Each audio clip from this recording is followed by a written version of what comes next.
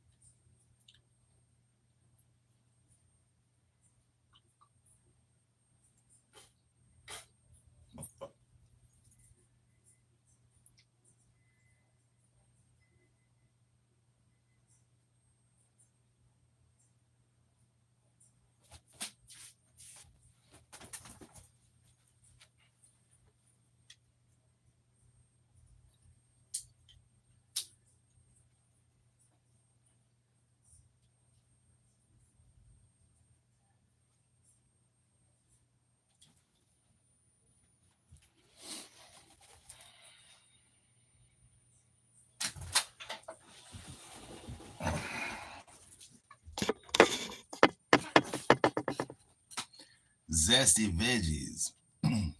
Fucking A it is.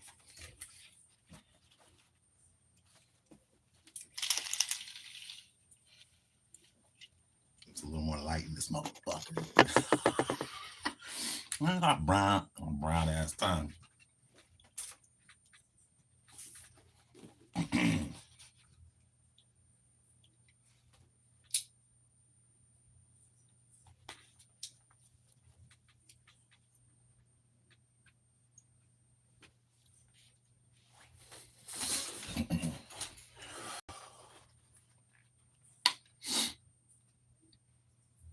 A second tale of the efficacious prayer of a saintly Christian woman comes in the stories of Vibia Perpetua, whom we encountered already in chapter 1 as an imprisoned new convert awaiting her martyrdom in North Africa.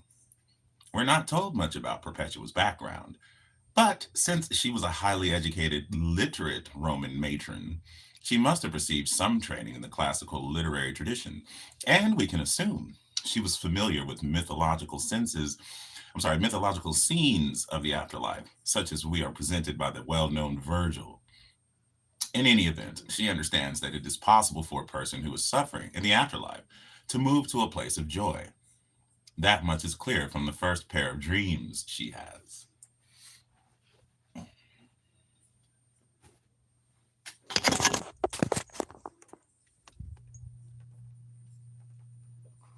Baby, you sweet baby.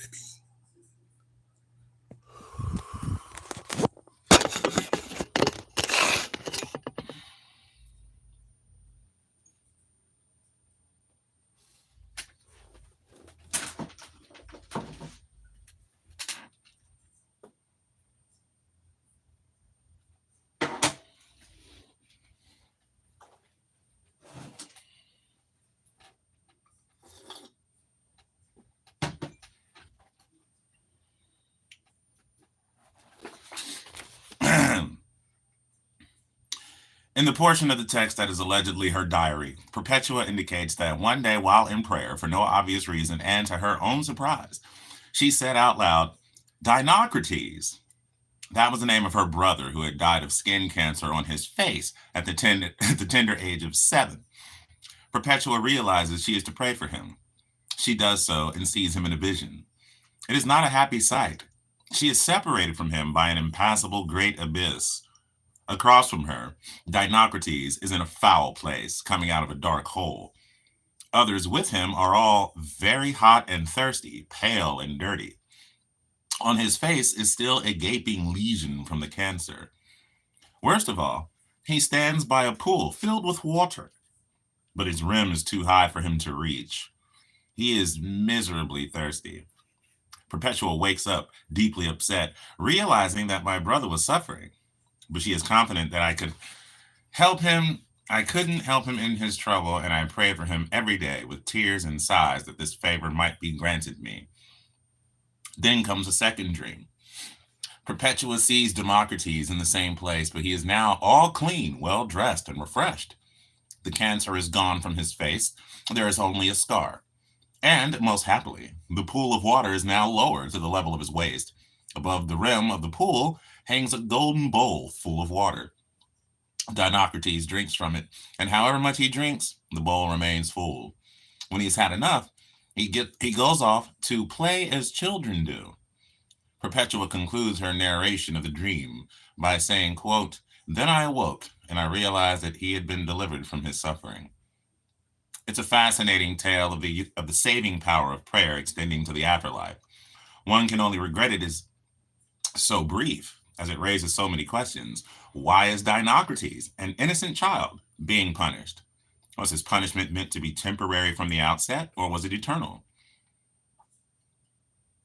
What is the place he's actually in, and who are the others with him? It should be clear that he is not in a kind of purgatory, at least as later defined.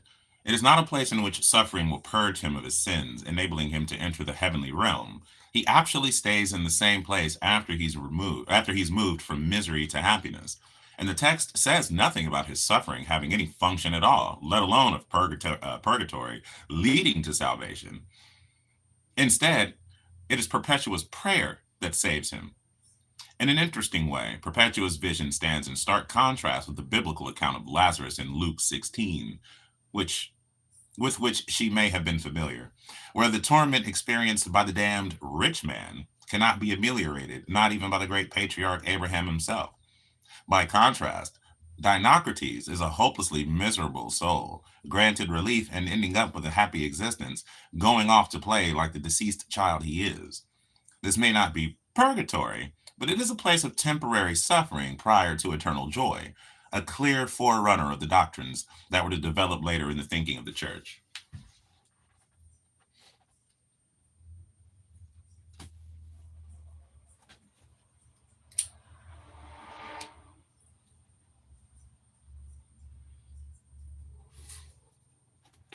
Sinful saints suffering for sin. That's a lot of S's.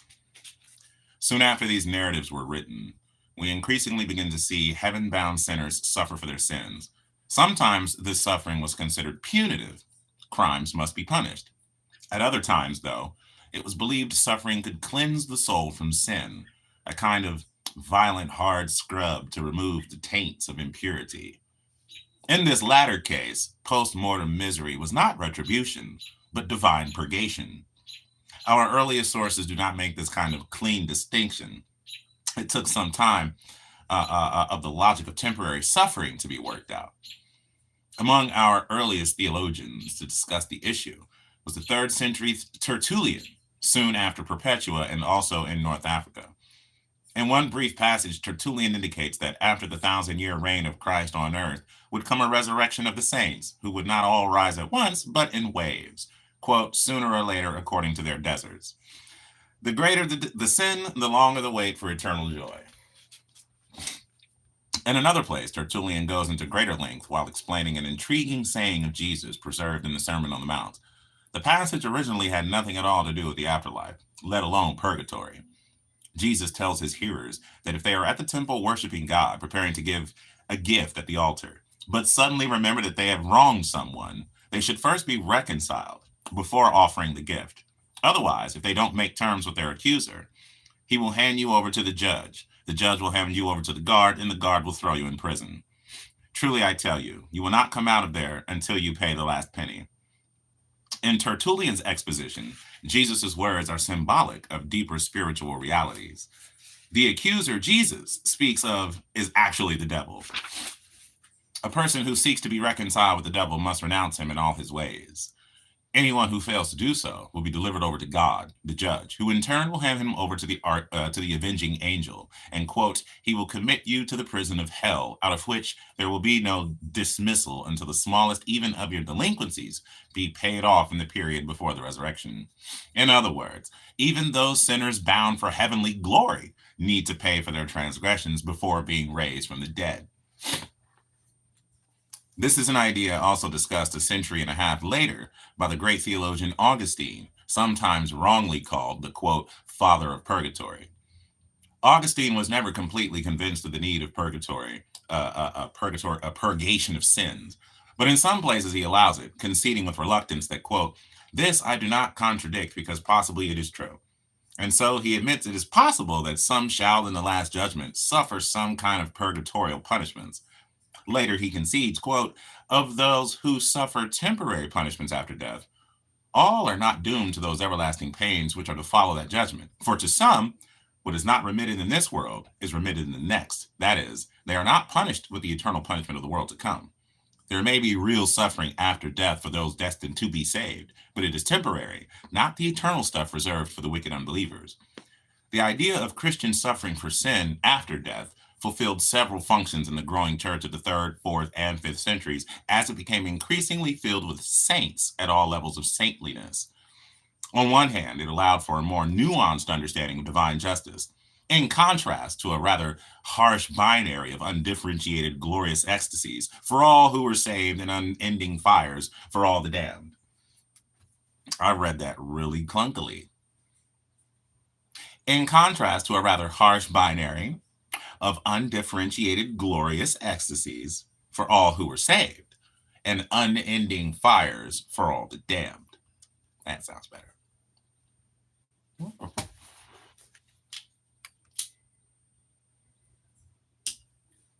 Should keep a running tally on how many times did this motherfucker have to relight the blunt.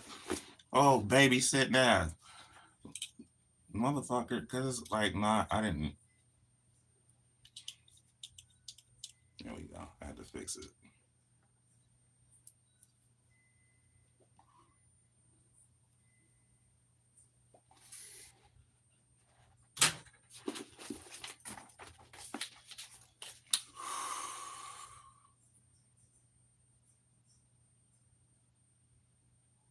Oh, okay.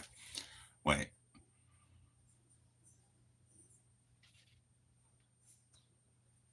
Oh, okay. At the same time, this very idea that after death, people could atone for their sins by intense but temporary suffering, or be painfully purged of their sinful character, brought forth another pressing question. If that was true for some sinners, why not all of them? If suffering can resolve the problem of sin, why cannot prolonged suffering take care of even the greatest of sinners?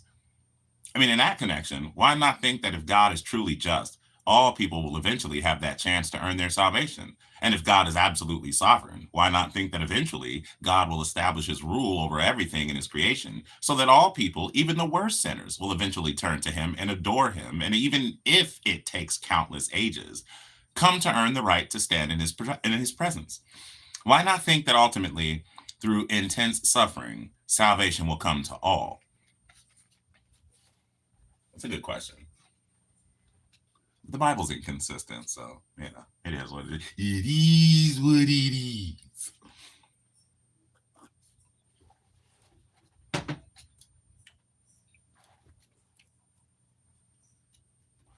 Will everyone be saved? Not everyone entertained these questions. Traditional views of the afterlife were emphatic and obdurate, and these had insisted that the damned were damned forever. Many Christian leaders claimed this was true of everyone who did not believe in Christ, no matter how virtuous. Others even maintained that those who converted to the faith but died before baptism were lost forever to unending torment. As the great Christian preacher of Constantinople, John Chrysostom, declared, if it should come to pass that through the sudden arrival of death we depart hence unbaptized, though we have 10,000 virtues, our portion will be no other than hell, and the venomous worm, and fire unquenchable, and bonds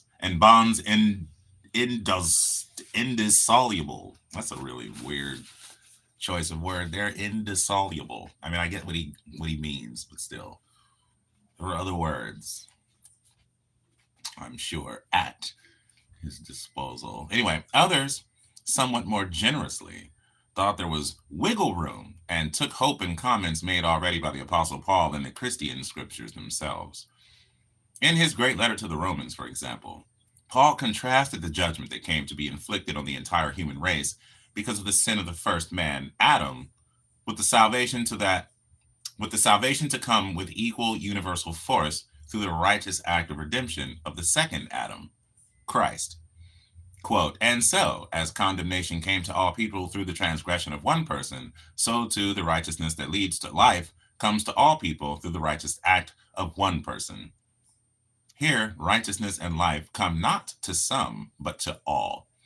He also later indicates that God imprisoned all people in lives of disobedience so that he might show mercy to all.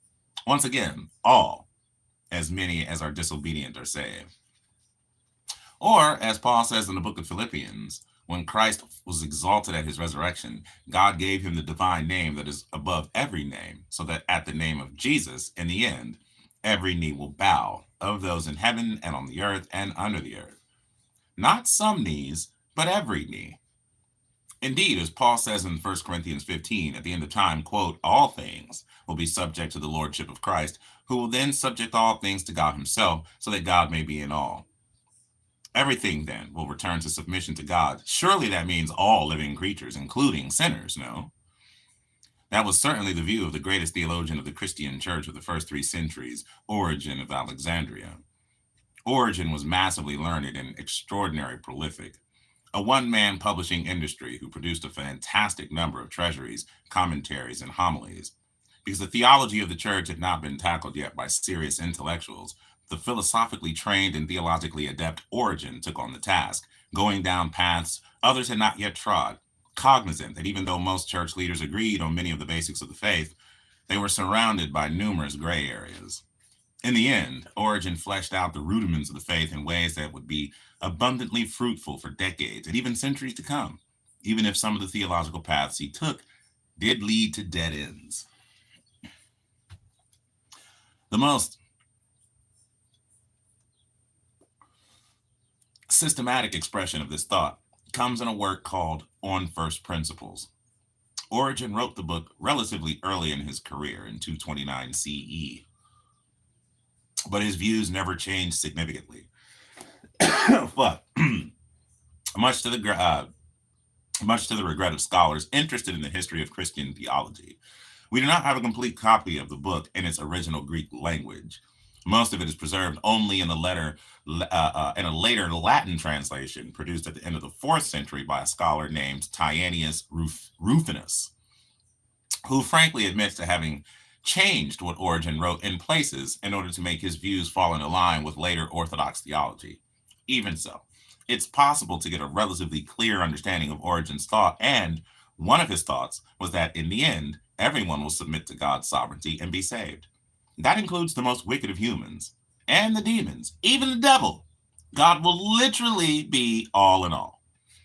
The backdrop for Origen's view of the end comes in his understanding of the beginning. In the first book of On First Principles, Origen explains how all sentient beings originally came into existence. In eternity past, before the world began, God created an enormous number of souls whose purpose was to contemplate and adore him forever. That's a stupid, lame, bullshit purpose, and I would not want to exist under those conditions. Anywho, in eternity past, before the world began, God created an enormous number of souls whose purpose was to contemplate and adore him forever. We got to think about him and adore him forever. I can't. Anyway, true adoration, of course, requires freedom of the will. Beings need to choose to adore God if their worship is a true honor. That means all souls must have had the capacity to choose not to worship God. That is, to do evil. None of these created souls were inherently evil, however, and none, not even the soul who was to become the devil, was incapable of good. As it happened, virtually all the souls failed in their task. There was only one, in fact, who remained in constant adoration of God through an unceasing, ages-long adoration. So attuned was this soul to the glories of God that it became fused with him, assuming all his characteristics, just as an iron placed in a fire eventually takes on all the fire's very characteristics and, in sense, becomes one with the fire. This one faithful soul became Christ, the Son of God. All other souls fell away from the contemplation of God. Some fell in a very big way, none more than the devil. Others fell somewhat less and became demons. Others fell into human bodies, yet others became brute animals or even plants. This very bad situation played itself out over the course of many ages in the history of the world. Ultimately, though, Origen maintained that since God is sovereign over all, his sovereignty will be recognized by all. Otherwise, he's not really the Lord God Almighty, but only relatively mighty and partially sovereign. The goal of human life is to return to the original intention of existence, the contemplation of God. I'm cool. I doubt that's the real reason for life. And if it is, I'm cool. Take me out. I don't want no part of that.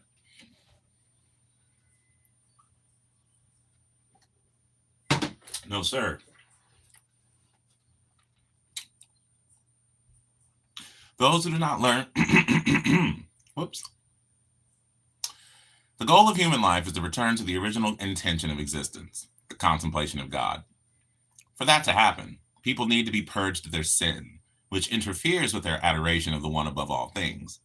Those who do not learn to do so in this life, the vast majority of the human race, of course, must learn to do so after death. And that is why there is post-mortem suffering. Suffering is meant to purge souls of their sins so they can return to their eternal destiny of contemplative adoration of the one who made them. Some people, the more sinful obviously, have to suffer more than others. But after many, many ages, all will eventually return to God of their own free will, purged completely of their sins. As Origen says in one place, we believe that the goodness of God through Christ will restore his entire creation to one end, even his enemies being conquered and subdued.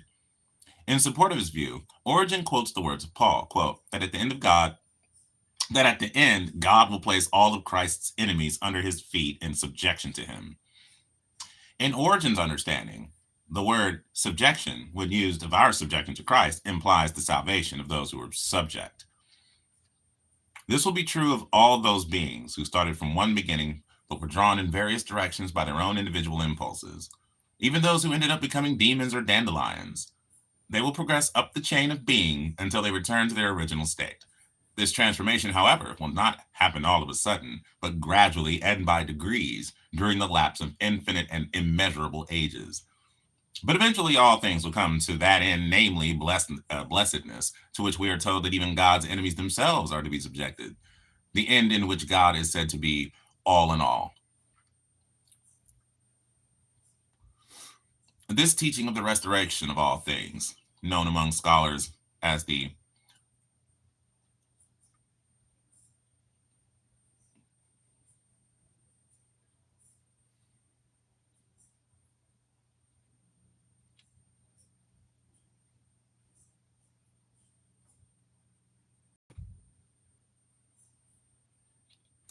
apocatastasis. That is a that is a weird word. Apocatastasis. I'm gonna have to look that up. Anyway, so let's back up. This teaching of the restoration of all things, known among scholars as the apocatastasis, proved to be Origen's most controversial teaching, since it affirmed both the preexistence of souls and the salvation for all that live, even the most wicked. But Origen understood that torture has a way of changing people's minds. They may have to be induced, but eventually everyone yields. And so, for all wicked men and for demons, punishment has an end, and both wicked men and demons shall be restored to their former rank. When that happens, all rational souls, which means everything that lives, will be transformed into spiritual bodies, and in that state, they will live forever.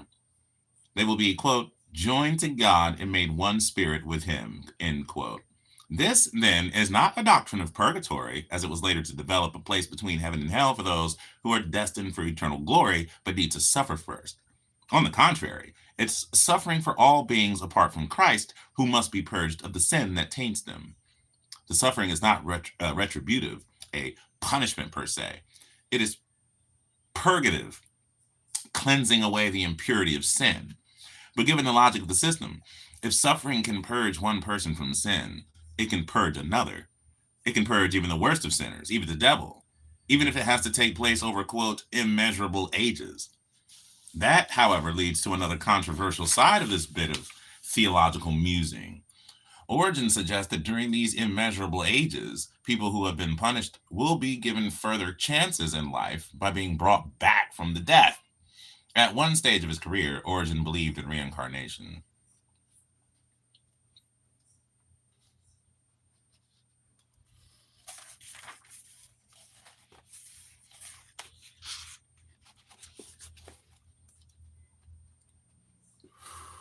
The idea of reincarnation had been floated for centuries before Origen. In ancient Greece, the great philosophers Pythagoras was widely believed to have been the first to perpetuate or at least to popularize the idea. Later, it was allegedly held by such figures as Parmenides and Empedocles. Wow. The latter of whom is reported to have said, but before now I was a boy and a maid, a brush and a bird, and a dumb fish leaping out of the sea. We also find it in the Roman tradition as when Virgil's Aeneas visits the underworld and sees innumerable souls gathered around the river before being set back to earth in a second body. He doesn't understand why anyone would have to leave paradise for the miseries of life, but he's told that the wretches are not completely purged of all the taints, nor are they wholly freed of all the body's plagues, and so they need to be drilled in punishments in order to pay for their old offenses. Only they can, only then can they revisit the overarching world once more by returning to bodies to try again. It is sometimes said today that reincarnation was a widespread teaching in early Christianity as well. In fact, the evidence for it is sparse. To be sure, later interpreters have detected possible traces of the idea already in the New Testament.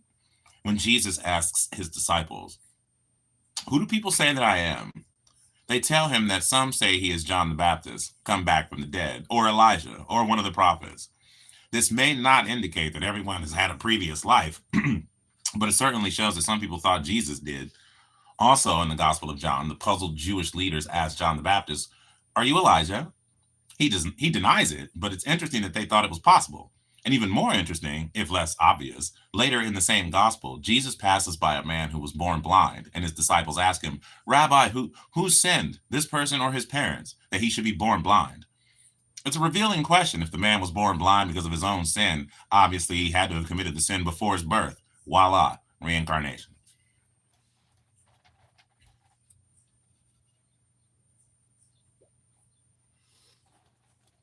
Possibly our most intriguing instance of reincarnation. It's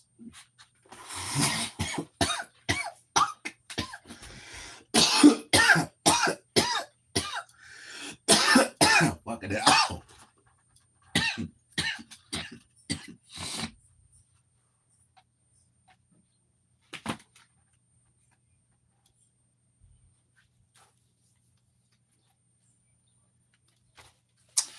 Oh, we was reading Columbine yesterday.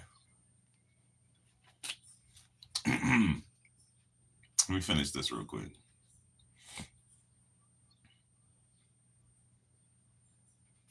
I'm so close to finishing this though. Like I got 1, 2, 3, and that's the end of the book. You know what I mean? But I do have Columbine, unless you'd rather I read that one. I don't know.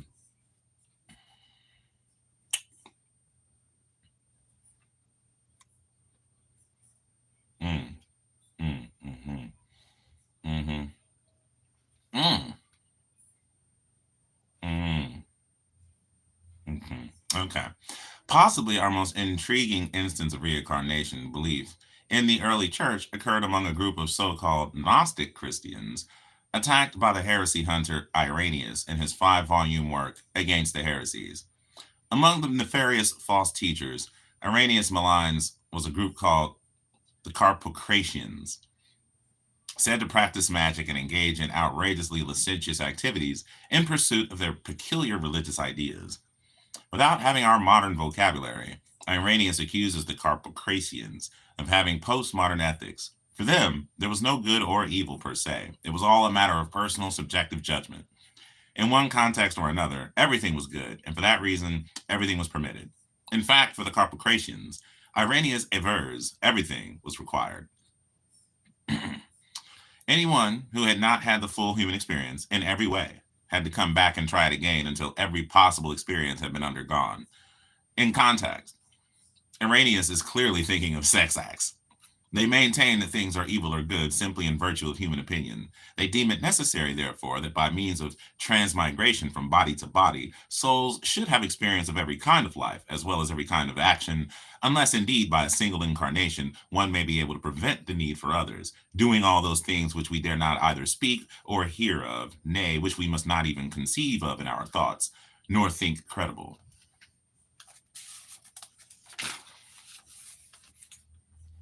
As one might, okay, I'm going to end it at this paragraph and then we'll do the other book. As one might imagine, this must have led to some rather interesting worship experiences, or at least Irenaeus imagined it did. Those who did not enjoy the full run of all the options must pass from body to body until he has experienced every kind of action which can be practiced in this world, and when nothing is longer waiting to him, then his liberated soul should soar upwards to that God who is above the angels, the makers of the world. In this way, also, our souls are saved. Long story short, you're going to have to do it sooner or later, so you may as well enjoy it now.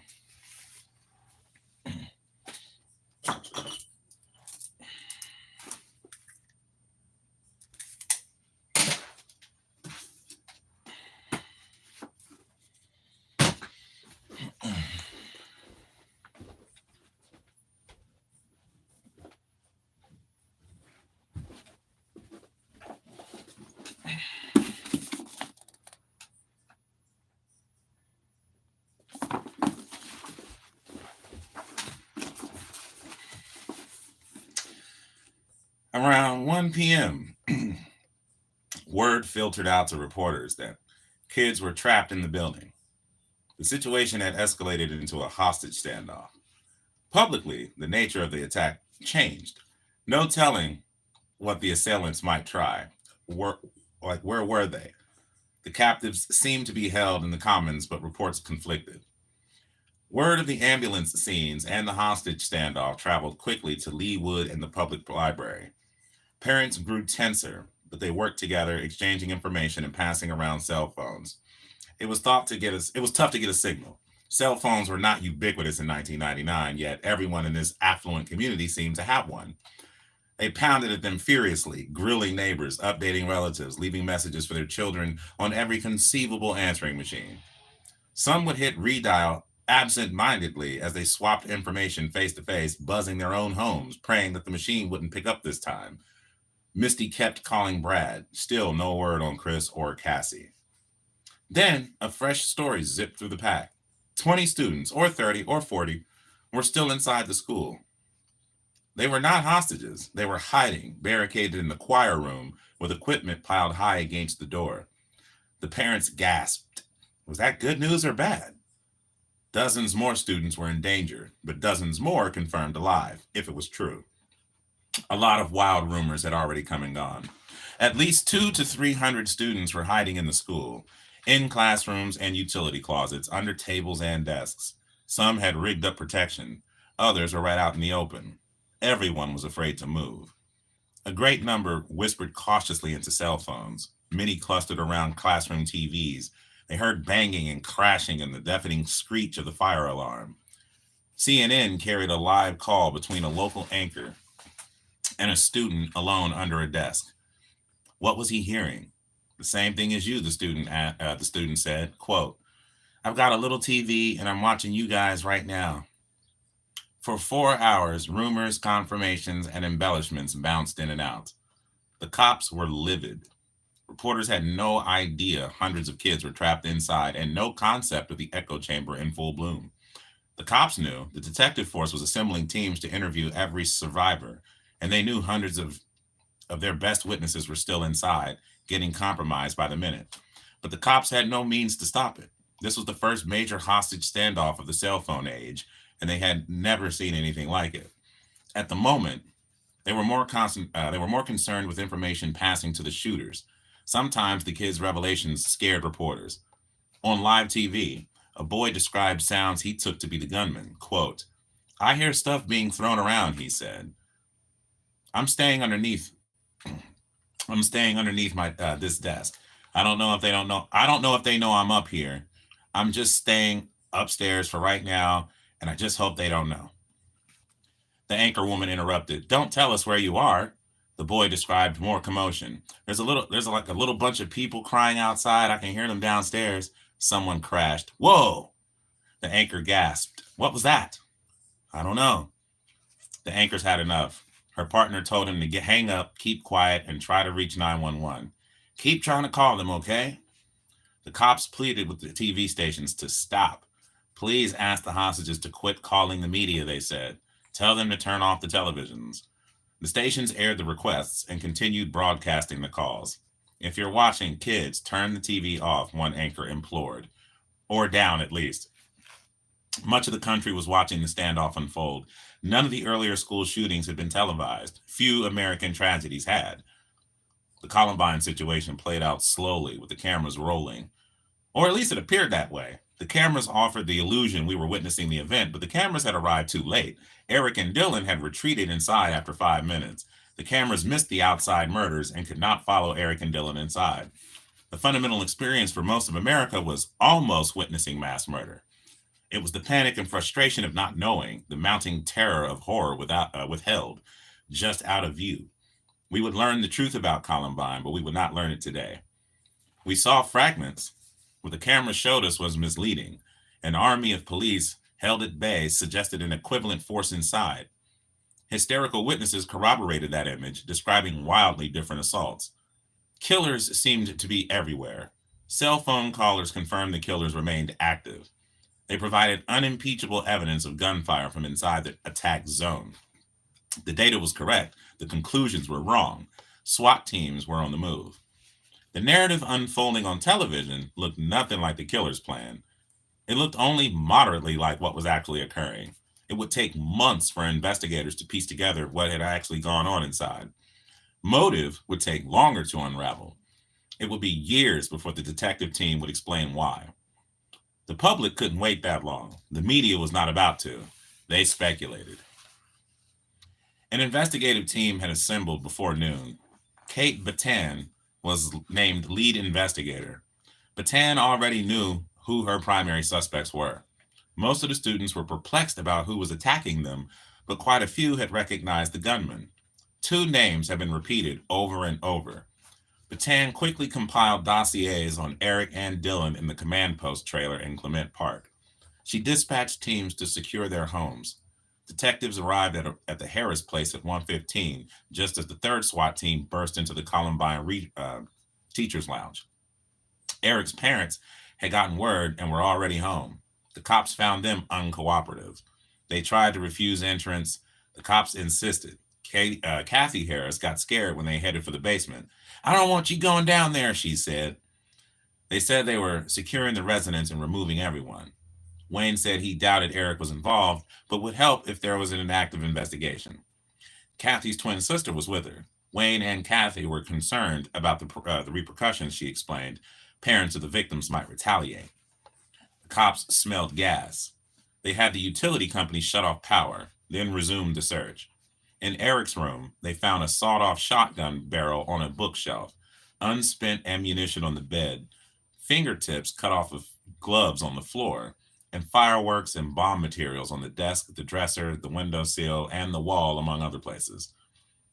Elsewhere, they discovered a page from the anarchist cookbook, packaging for a new gas can, and scattered glass shards on a slab in the backyard. An evidence specialist arrived that night and spent 4 hours shooting 7 rolls of film that he left at 1 a.m. The Klebodes were much more forthcoming. A police report described Tom as very communicative. He gave a full account of Dylan's past and laid out all his friendships. Dylan had been in good spirits, Tom said. Sue described him as extremely happy. Tom was anti-gun, and Dylan agreed with him on that. They wouldn't find any guns or explosives in the house, that was for sure, Tom said.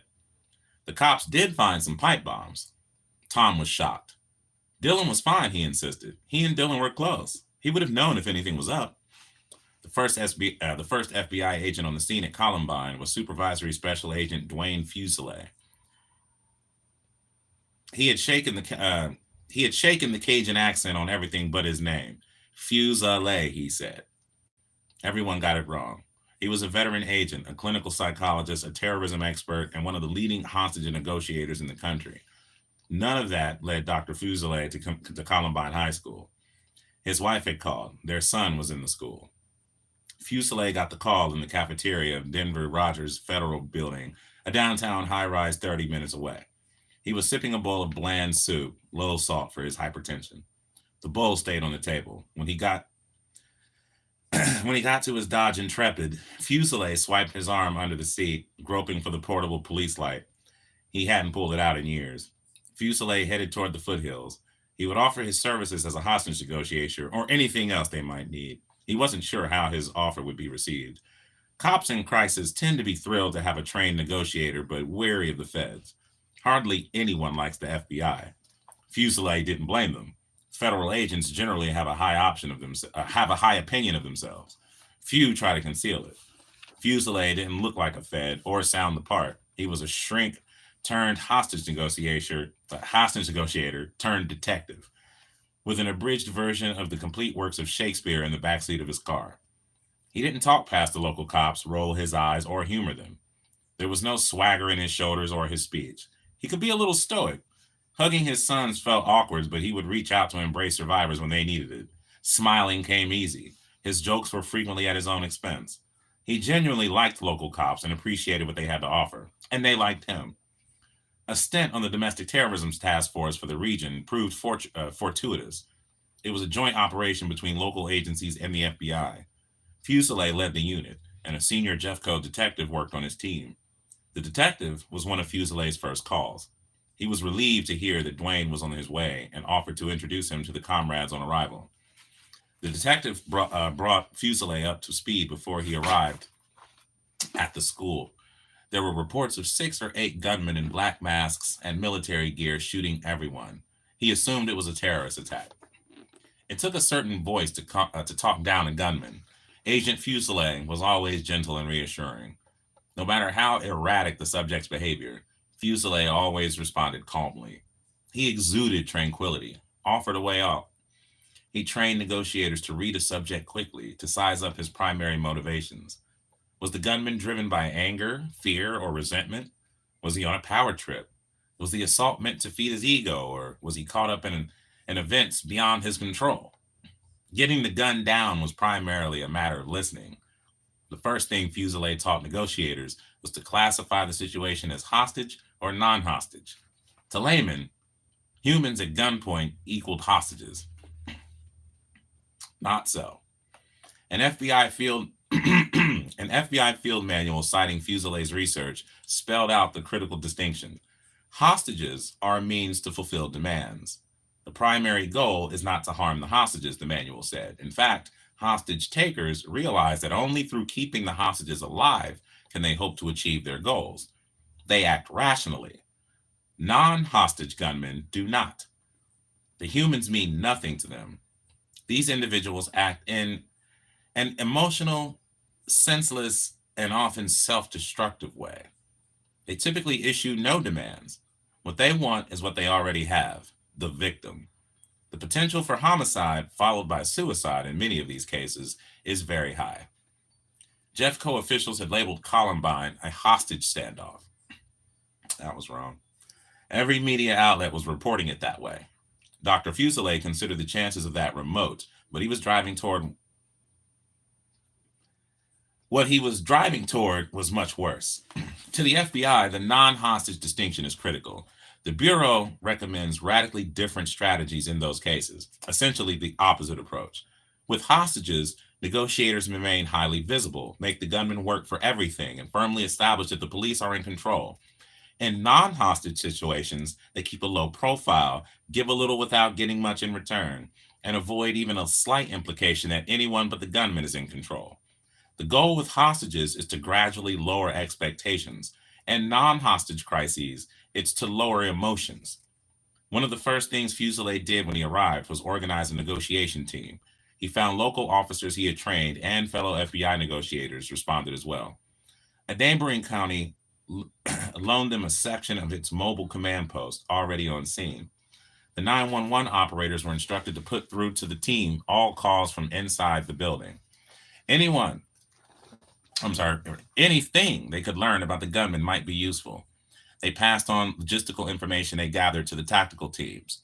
The team was confident that they could get the gunman down. All they needed was someone to speak to. Fuselier shuttled between the negotiation center and the Jeffco command post, coordinating the federal response. When things calmed down momentarily, Fuselier pitched in, questioning students who had just escaped the school. He walked over to the triage unit and flipped through the logs. They had evaluated hundreds of kids at this point. He scanned for kids he knew from the neighborhood or the boys' soccer teams. Everyone he recognized said evaluated and released. He called their parents as soon as he got a break. His son's name never came up. Agent Fuselier was grateful to have his hands full. I have work to do, he said later. I compartmentalized, focused on that which kept me from wondering about my son Brian. Mimi checked in regularly, so Dwayne didn't have to. She had gotten to Leawood and she had seen a lot of kids. No one had spotted Brian. No one heard a word. An attack of this magnitude suggested a large conspiracy. Everyone, including detectives, assumed a substantial number were involved. The first break in the presumed conspiracy seemed to come early. The killer's good friend, Chris Morris, reported himself to 911. He had seen the news on TV while he was home playing Nintendo with another friend. At first, he was worried about his girlfriend, and his Nintendo buddy's dad was a science teacher in the building. The two boys hopped in the car and raced around trying to find Chris's girlfriend. They kept running into police barricades and collecting scraps of information along the way. When he heard about the trench coats, Chris got scared. He knew Eric and Dylan had guns. He knew they had been messing with pipe bombs. For this? Chris called 911. He got disconnected. It took a few tries, but he told his story, and the dispatcher sent a patrol car by the house.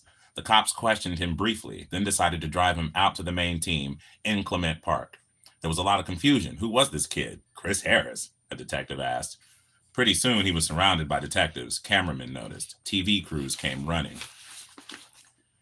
Chris looked the part. Squishy features, nerdy and overwhelmed. He had rosy cheeks, wire-rimmed glasses, and mussy light brown hair just past his ears.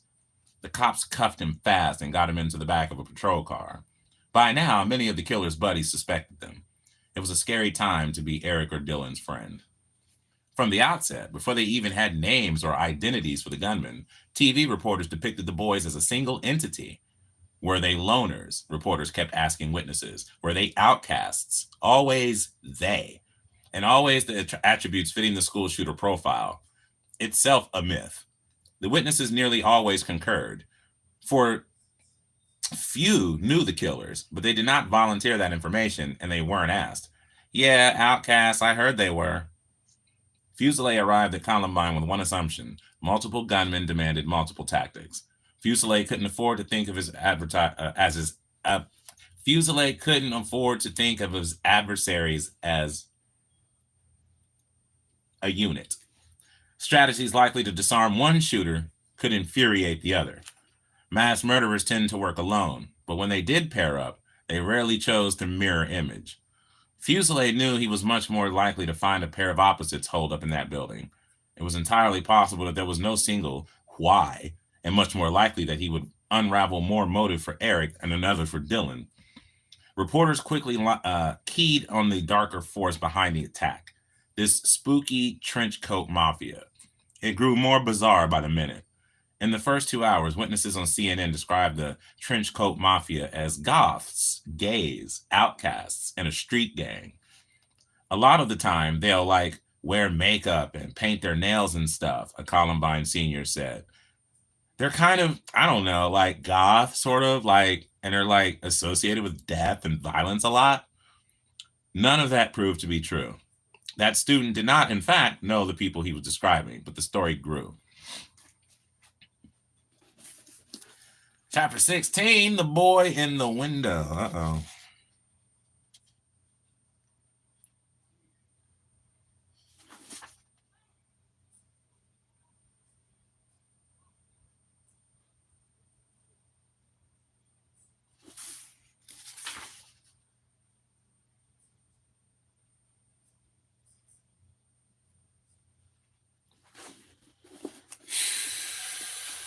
This is rough.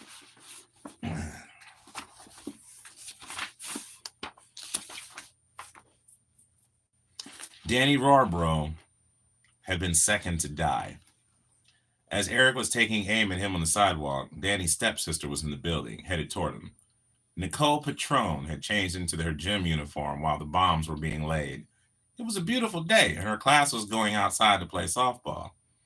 Just as Eric finished shooting at Deputy Gardner, the lead girl in Nicole's class turned the corner toward them. Mr. D arrived in the hallway at the same moment, at the opposite end from the killers. He had just been alerted to the shooting and had come running to investigate. The girls had not been warned.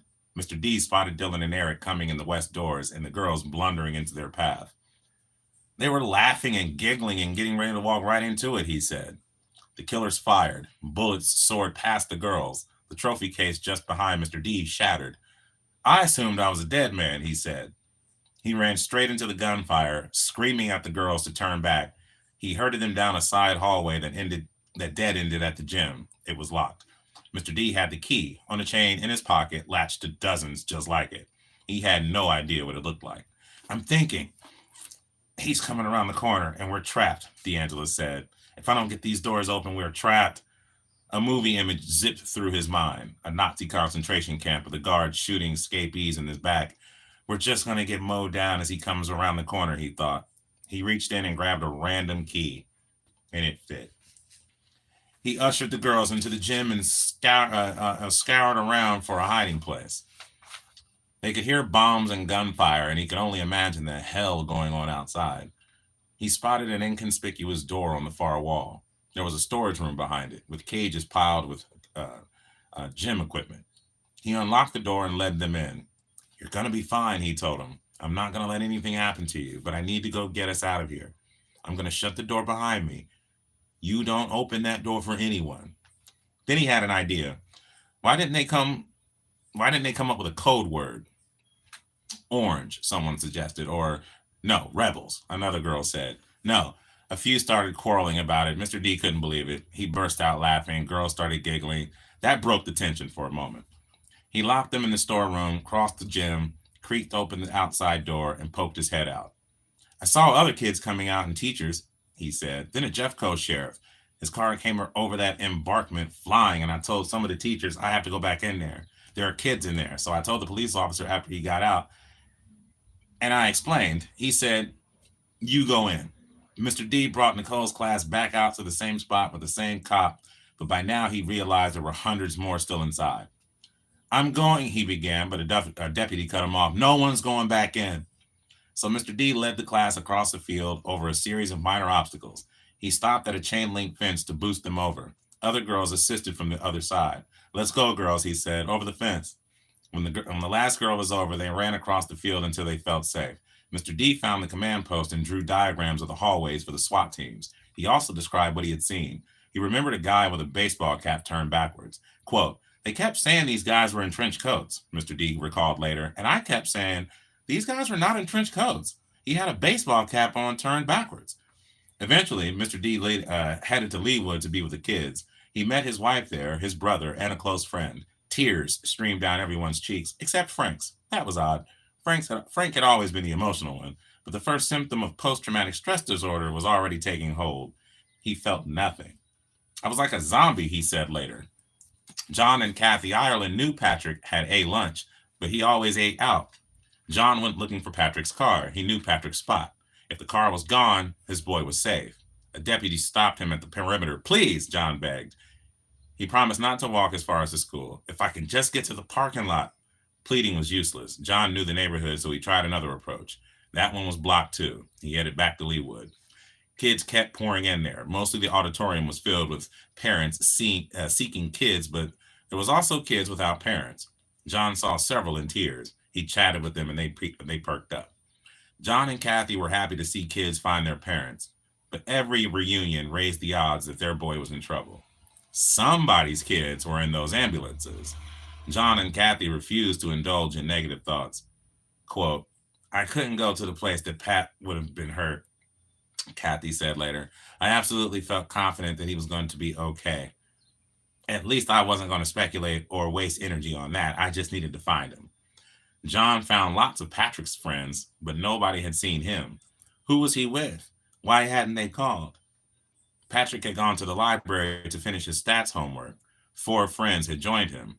None of them had called the Irelands because every one of them had been shot. Agent Dwayne Fuselier was also having no luck locating his son. Mimi had given up on the public library and had run over to Leawood. There were many other kids there, but none had seen Brian. Dwayne had access to a growing army of law enforcement, but it didn't do him a lick of good. Cops kept an ear out for word of Brian, but none came. Fuselier also had the advantage of knowing a great number of kids were alive and well in the building. He had spoken to many personally and continued picking their brains about the killers. He was one of the few parents aware of the full danger. 2 bodies had been lying outside the cafeteria for hours. He didn't know they were Danny Orborough and Rachel Scott, but he knew that they had not been moving. And then he heard the dispatch announcements indicating they were dead. Others described the one bleeding to death sign in Science Room 3.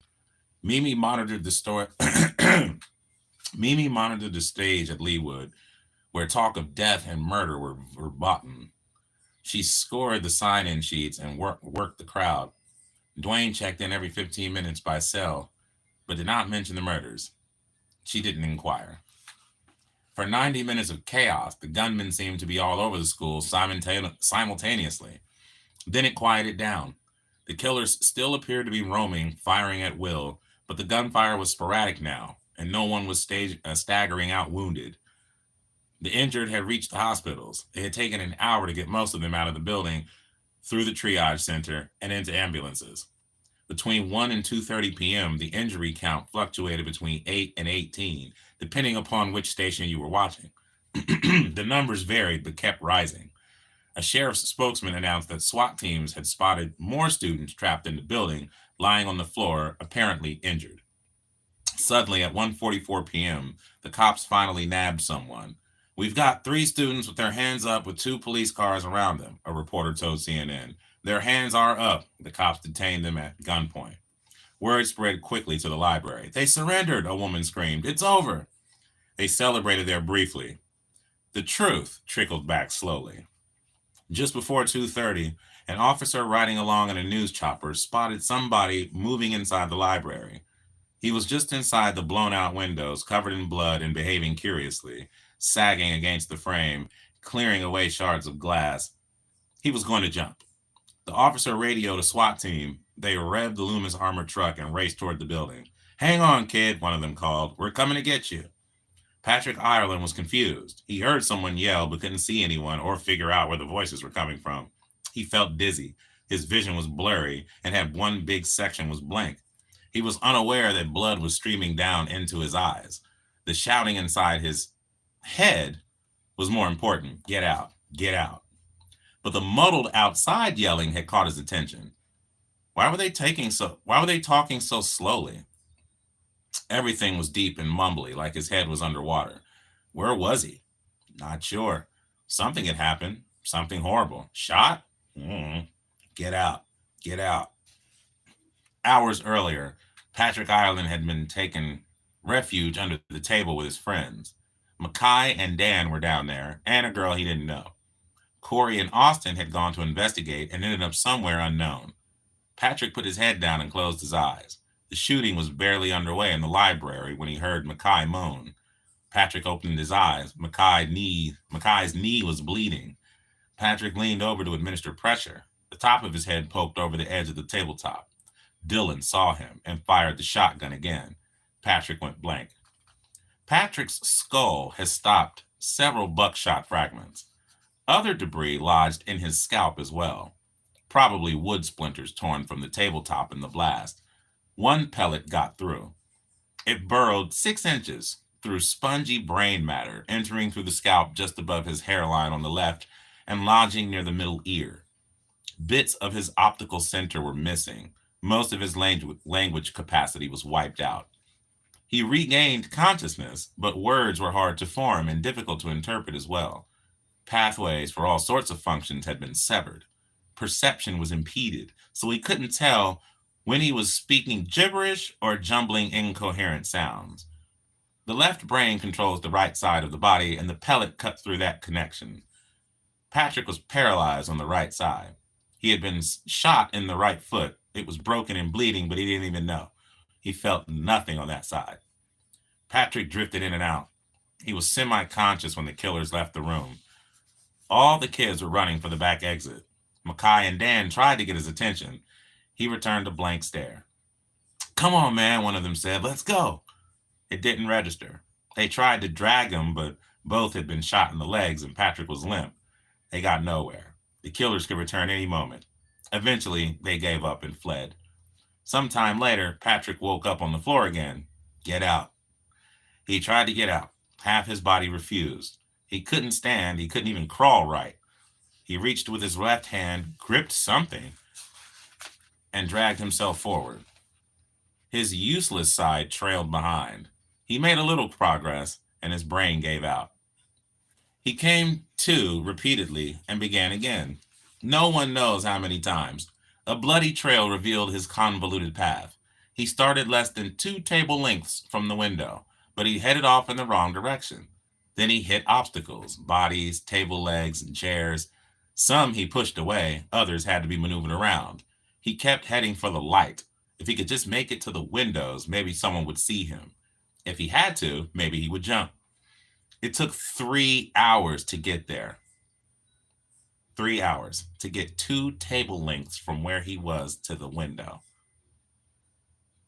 because he kept passing out and he went the wrong way towards the window. But anyway,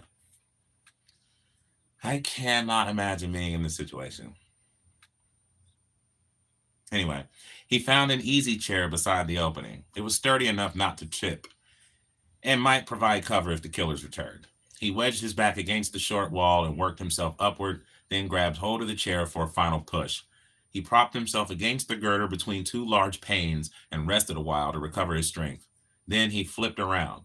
He had one more task before he took the plunge. The problem was that Patrick couldn't jump. There was a waist-high window ledge to get over. The best he could do was lean forward and tumble over it head first onto the sidewalk. His gut would bear down on the sill as he rolled over. It was a jagged mess. The gun blast had blown out most of the glass, but left shards clinging around the frame. Patrick stood on one leg, braced his shoulder against the girder, and picked away the chunks with the same hand. He was meticulous. He didn't want to get hurt. That's when he heard the murky voices. "Stay there, we're going to get you." The armored truck pulled up beneath the window. A squadron of SWAT officers leapt out. Nearby teams provided cover from either side. One group took aim from behind a fire truck. Snipers sprawled on rooftops trained their scopes from farther back. If this rescue mission was fired upon, they'd be ready. Patrick wasn't waiting. He thought he was. He remembers them calling, "Okay, it's safe. Go ahead and jump. We'll catch you." The rescue team recalls it differently, and the video shows them still scrambling into place.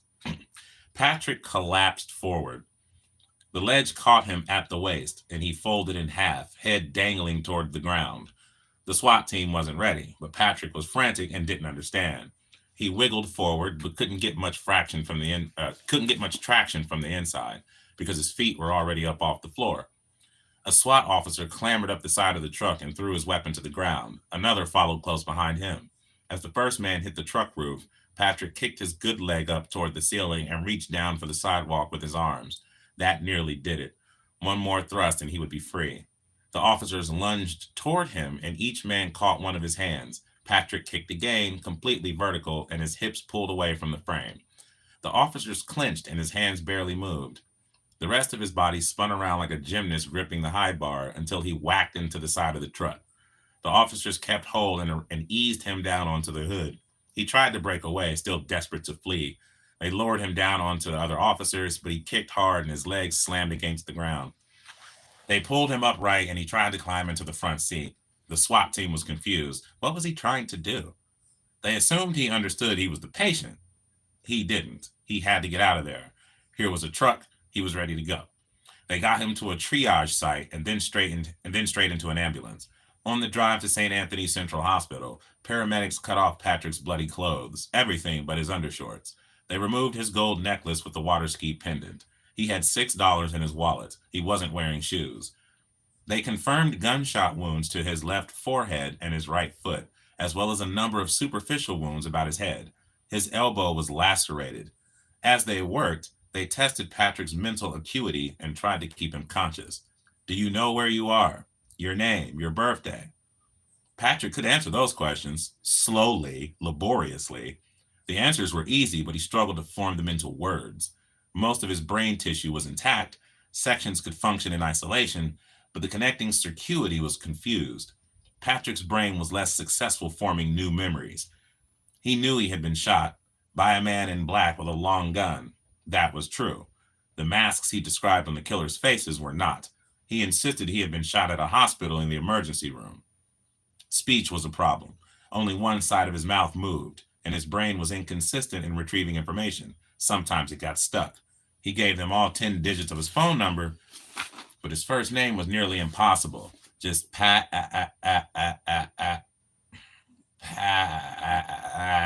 He could not form the second syllable.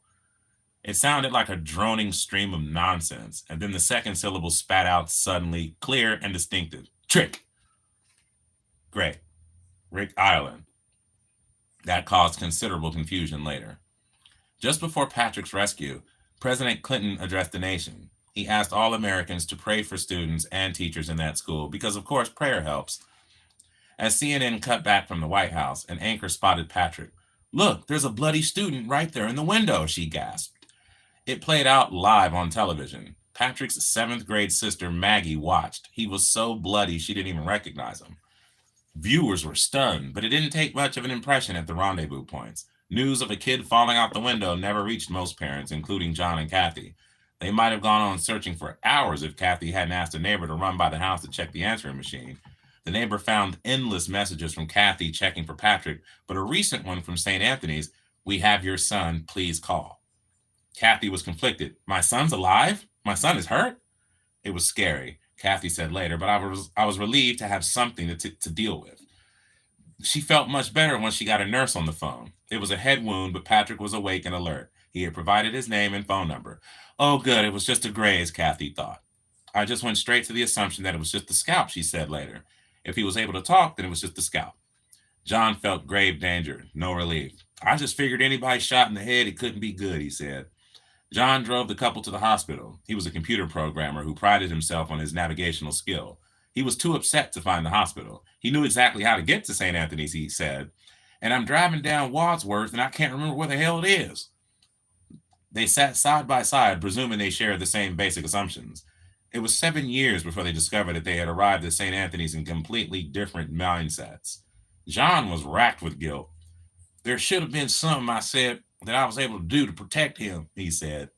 John knew it was irrational, but years later it still haunted him. Kathy focused on the present. How could she help Patrick now?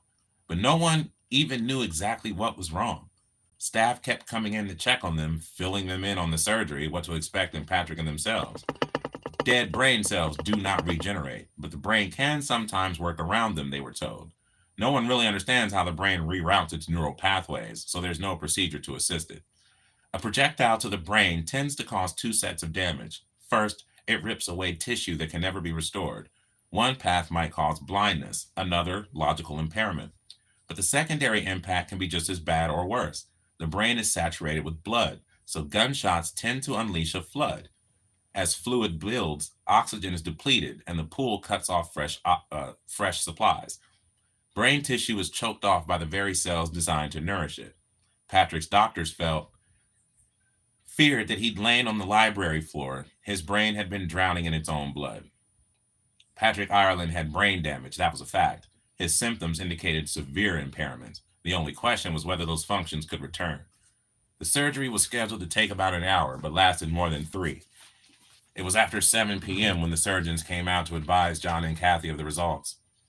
He had cleared out buckshot fragments and debris from the surface. One pellet had penetrated Patrick's skull. It was far too perilous to dig out. That lead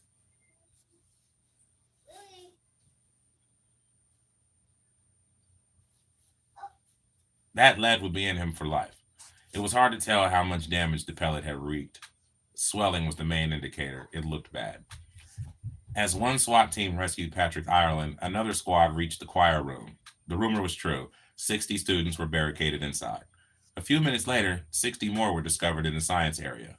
SWAT teams led them through the hallways, down the stairs, and across the commons.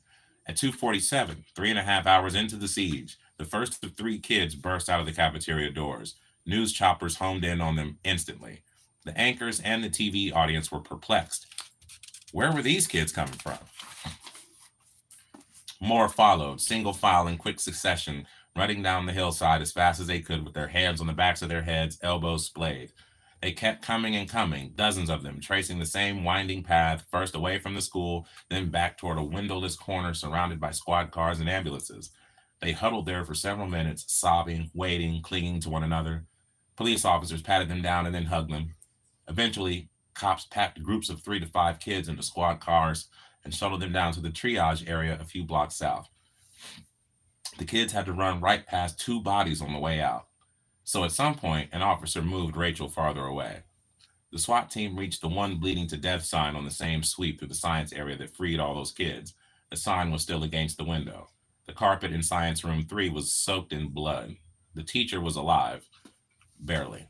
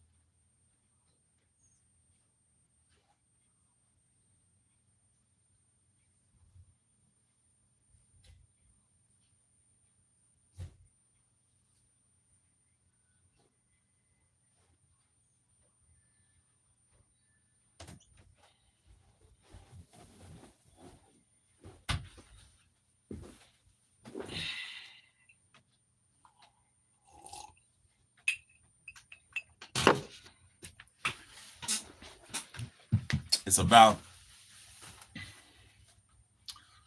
what happened,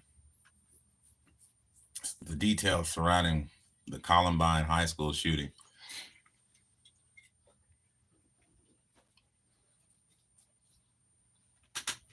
That's what it's about.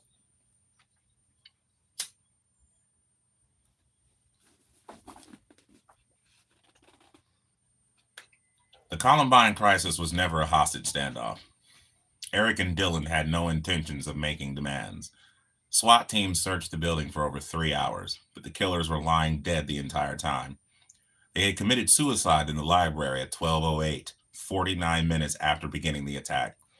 The killing and the terror had been real. The standoff had not. The SWAT teams discovered the truth around 3:15. They peered into the libraries and saw bodies scattered around the floor. No sign of movement. They cleared the entrance and prepared to enter. They took paramedic Troy Lehman in with them. The SWAT team warned Lehman to be cautious. Touch as little as possible, they said. Anything could be booby-trapped. Be especially suspicious of backpacks. It was horrible.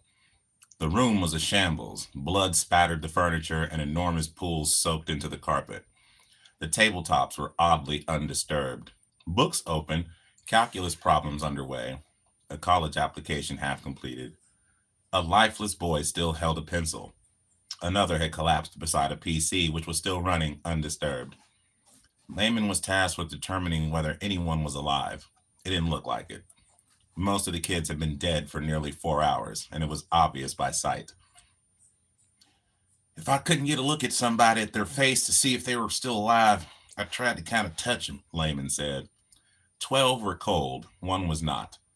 Lehman touched a girl, felt the warmth, and rolled her over to get a look at her face. Her eyes were open, tears trickling out. Lisa Kreutz was carried down the stairs and rushed to Denver Health Medical Center. A gun blast had shattered her left shoulder. One hand and both arms were also injured.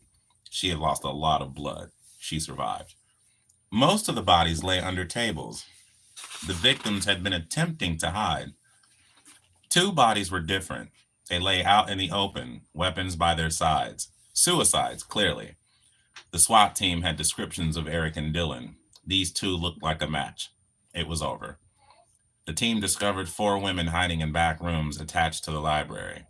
Patty Nielsen, the art teacher from the 911 call, had crept into a cupboard in the break room. She had squatted in the cupboard for 3 more hours, knees aching, unaware the danger had passed. 3 other faculties hid farther back. An officer instructed one to put her hand on his shoulder and follow him out, staring directly at his helmet to minimize exposure to the horror. It had been over for how long? No one knew.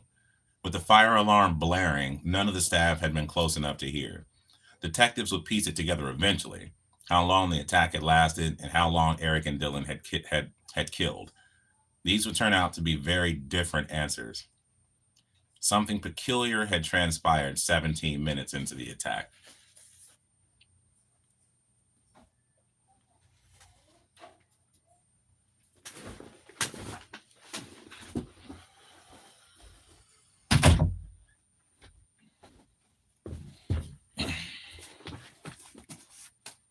The investigation outpaced the SWAT teams. Detectives were combing the park, the library, Leawood Elementary, and the surrounding community. They interviewed hundreds of students and staff, everyone they could find. When waves of fresh survivors outnumbered police officers, they conducted 30 to 60-second triage interviews. Who are you? Where were you? What did you see? Friends of the killers and witnesses to bloodshed were identified quickly, and detectives were waved over for lengthier interviews. Lead investigator Kate Batan performed some interviews personally. She was briefed on the rest. Batan was intent on getting every detail right and avoiding costly errors that might come back to haunt them later. Everyone learned a lot from hearing about the O.J. Simpson case and JonBenet Ramsey, she said later. We didn't need another situation like those. Her team also ran a simple search on Jeffco computer files and found something stunning. The shooters were already in the system. Eric and Dylan had been arrested junior year. They got caught breaking into a van to steal electronic equipment. They had entered a 12-month juvenile diversion program, performing community service and attending counseling. They'd completed the program with glowing reviews just 3 months before the massacre. More disturbing was a complaint filed 13 months earlier by Randy and Judy Brown, the parents of the shooter's friend Brooks. Eric had made death threats toward Brooks. 10 pages of murderous rants printed from his website had been compiled. Someone in Batan's department had known about this kid. Batan organized the information and composed a single-spaced 6-page search warrant for Eric's home and a duplicate for Dylan's. She dictated them over the phone. The warrants were typed up in Golden, the county seat, delivered to a judge, signed, driven out to the killers' homes, and exercised within 4 hours of the first shots, before the SWAT team reached the library and discovered the attack was over. The warrants cited 7 witnesses who identified Harris and/or Klebold as the gunmen. Agent Fuselier heard about the bodies on the police radio at 3:20. He had just gotten word that his son Brian was okay. Mass murder meant a massive investigation. "How could I help?" Fuselier asked the Jeffco commander. "Do you want federal agents?" "Definitely," they said. Jeffco had a small detective team. There was no way it could handle the task. An hour later, 18 evidence specialists began arriving. A dozen special agents would follow, along with half a dozen support staff. At 4 p.m., Jeffco went public about the fatalities. Chief spokesman Steve Davis called a press conference in Clement Park with Sheriff Stone by his side. The pair had been briefing reporters all afternoon. Most of the press had never heard of either man, but consensus about them emerged quickly. Sheriff Stone was a straight shooter. He had a deep, gruff voice and classic Western mentality. No hedging, no bluster, no bullshit. What a contrast to the blow-dried spokesman affixed to his side. Steve Davis began the conference by reiterating warnings about rumors. Above all, he stressed caution on 2 subjects: the number of fatalities and the status of the suspects. Davis opened the floor to questions. The first was directed to him by name. Sheriff Stone stepped forward, brushing Davis and his cautions aside. He held custody of the microphone through most of the press conference. The sheriff answered nearly every question directly, despite later evidence that he had little or no information on many of them. He winged it. The death count nearly doubled. "I've heard numbers as high as 25, he said. He pronounced the killers unequivocally dead. He fed the myths of a third shooter. Two dead suspects in the library, he said. "Well, where's the third?" "We're not sure if there's a third yet or not, or how many. The SWAT operation is still going on in there." Stone repeated the erroneous death count several times. It led newscasters around the world. Newspaper headlines proclaimed the next morning, 25 dead in Colorado. Stone said the 3 kids detained in the park appeared to be associates of the 3 gentlemen or good friends. He was wrong. They had never met the killers and were soon cleared. Stone made the first of an infamous string of accusations. "What are these parents doing that are letting their kids have automatic weapons?" he asked. Reporters were surprised to hear the rumors about automatic weapons confirmed. They rushed in with follow-ups. "I didn't know anything about the weapons," Stone admitted. I assume they were probably automatic weapons just because of the mass casualties." A reporter asked about motive. "Craziness," Stone said. Wrong again. By now, dozens of kids had fled the school with their friends. School officials herded them across Clement Park to meet school buses that would drive past police barricades to Leawood. The buses parked directly beside the site of the press conferences. The kids trudged meekly toward the media throng. Many sobbed quietly. Others helped distraught students along, holding their hands or slinging an arm over their shoulders. Most of the kids stared at the crowd. The crowd of reporters parted. These were not the faces of interview subjects. But the students were eager to speak. Teachers hurried the kids, chiding them to keep quiet. They were having none of that. The bus windows started coming down, heads popped out, and kids recounted their ordeals. Kids piled off the buses. The teachers tried to coax them back on. Not a chance. A tough-looking senior described his terror in the choir room with a sense of bravado and chivalry, but his voice cracked when a reporter asked how he felt. "Horrible," he said. "There were 2 kids lying on the pavement. I just started crying. I haven't cried for years. I don't know what I'm going to do." Attention focused on the students. Endless reunions with their parents played out on TV. A different group weathered the crisis in seclusion. More than 100 teachers worked at Columbine, along with dozens of support staff. 150 families feared for their husbands, wives, and parents. There was no rendezvous point where they could gather. Most drove home and waited by their phones. That's where Linda Lou Sanders kept vigil. She had celebrated her mom's 70th birthday with the family. Then they headed up into the mountains for a pleasure drive. On the way, Linda's brother-in-law called her sister, Melody, on her cell. "Where does Dave teach?" Columbine. "You better head back down here." Everyone gathered at Linda's house. Most of the news was good. Only one adult was reported injured, and it was a science teacher, which ruled out Dave. So why hadn't he called? Those reports were nearly accurate. Only one adult had been hit, and Dave was still bleeding at that moment.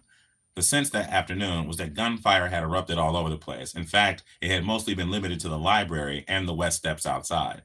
Teachers had not been studying for tests or strolling outside to each Teachers had not been studying for tests or strolling outside to enjoy their lunch in the summertime. If the bombs had gone off as planned, it would have wiped out a quarter of the faculty in the teachers' lounge. But they had been spared by dumb luck, all but one. Dave held on for hours in Science Room 3. Then the kids and teachers were evacuated, and none knew whether he'd made it. It would be a few days before the family would fully understand what had transpired in that room. It would take years to resolve why he'd lain there for over 3 hours and who was to blame. All Dave's family knew was that he had failed to call. He must be trapped inside the building, they thought. That wasn't good. Linda hoped he wasn't a hostage. She assumed he was hiding. He would be safe. He wasn't a risk taker. The family monitored the TV and took turns answering calls. The phone rang incessantly, but it was never Dave. Linda called his business line repeatedly. Nobody picked up. Linda was an athletic woman in her late 40s, but she had a fragile psyche. Her smile was warm but tentative, as if she could shatter from a harsh word or gesture. Dave had found great satisfaction in protecting her. In his absence, her daughters and sisters stepped in. Every call was a fraught, so her family made sure to screen. In the mid-afternoon, she got the urge to answer a call herself. It was a woman, she said later, and she said her name. She was from the Denver Post, and my husband had been shot. Do I have a comment? I screamed. I threw the phone. I have no idea what happened from then on. Robin Anderson was scared. Her prom date was a mass murderer. She had apparently armed him. To her knowledge, only 3 people had known about the gun deal, and the other 2 were dead. Had they told anyone? Were guns traceable? She had not signed anything. Would the cops know? Should she keep her mouth shut? The cops didn't know. Robin had been debriefed in Clement Park and had played it totally cool. She told the detective where she had been and what she had seen. She told the truth, but not the whole truth. She didn't know for sure who had been shooting, so she didn't mention that she knew them. She certainly didn't mention the guns, should she? The guilt began eating her up. Robin talked to Zach Heckler on the phone that afternoon. She kept her mouth shut about the weapons. He didn't. He was clueless about the guns, thank God, but he knew the guns had been making he knew the guys had been making pipe bombs. Bombs? Really? That astounded Robin. Yeah, really, Zach said, and he wasn't surprised at all. Zach didn't have quite the innocent picture of Dylan that Robin did. Sounded just like those guys to run down the halls laughing while they killed people, he said. Zach didn't tell Robin he had helped Eric and Dylan make any pipe bombs. She wondered. Did he? Was he mixed up in this? More than her? Zach was scared too. They all were. Anybody close to the killers. Zach wasn't volunteering information to the cops. He'd omitted mentioning the pipe bombs during his debriefing. Chris Morris went the opposite route. He'd called the cops in the first hour as soon as he suspected that his friends were involved. He was handcuffed in Clement Park and spirited away on national television.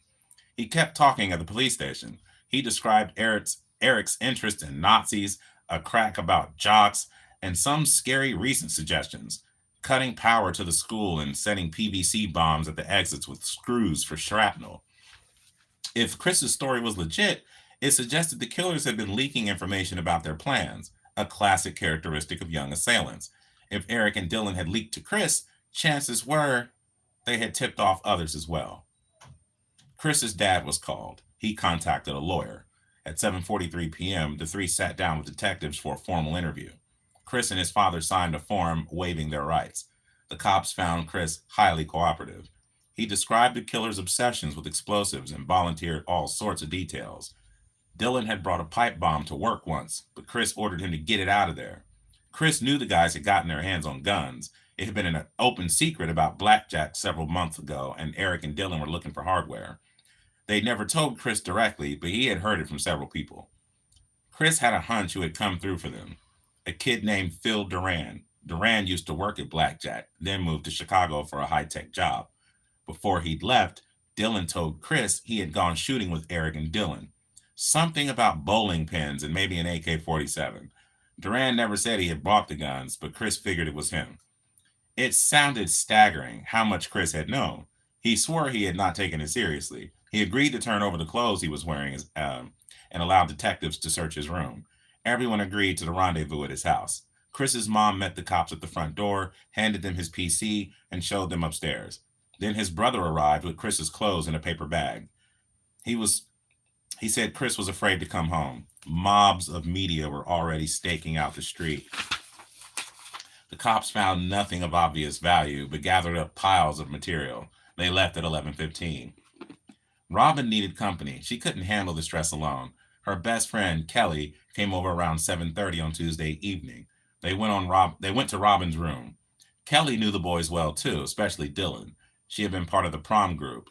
There was something Kelly didn't know, and Robin told her. Remember that favor she had done Eric and Dylan last November? Kelly remembered. It had been a big secret. Robin had told Kelly repeatedly about this big favor she had done the guys, but she never would divulge what it was. Now she had to tell someone. It had been a gun show, the Tanner Gun Show in Denver.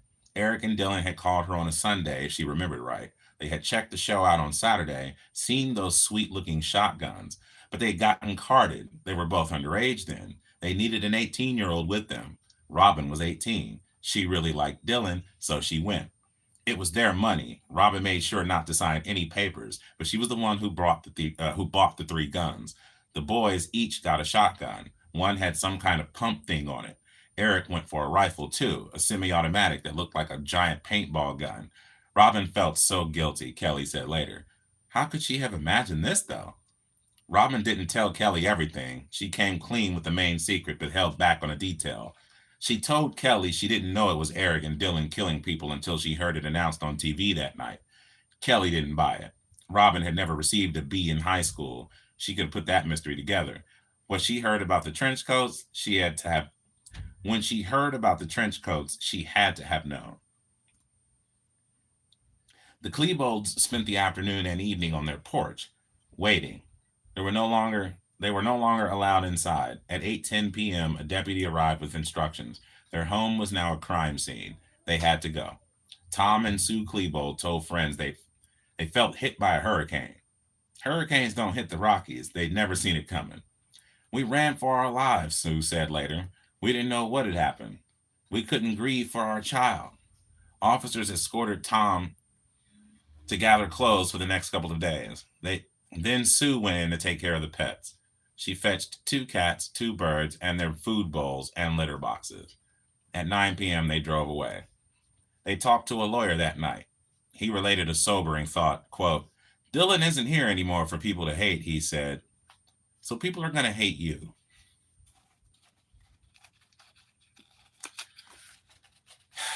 That's where I'm going to leave it for the moment.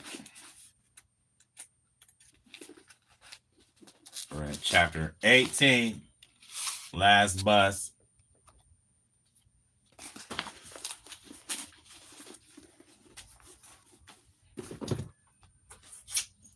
Thank y'all for watching, man. I gotta go. I'm fucking tired. And I gotta like... Oh, fuck, I already made the hamburgers.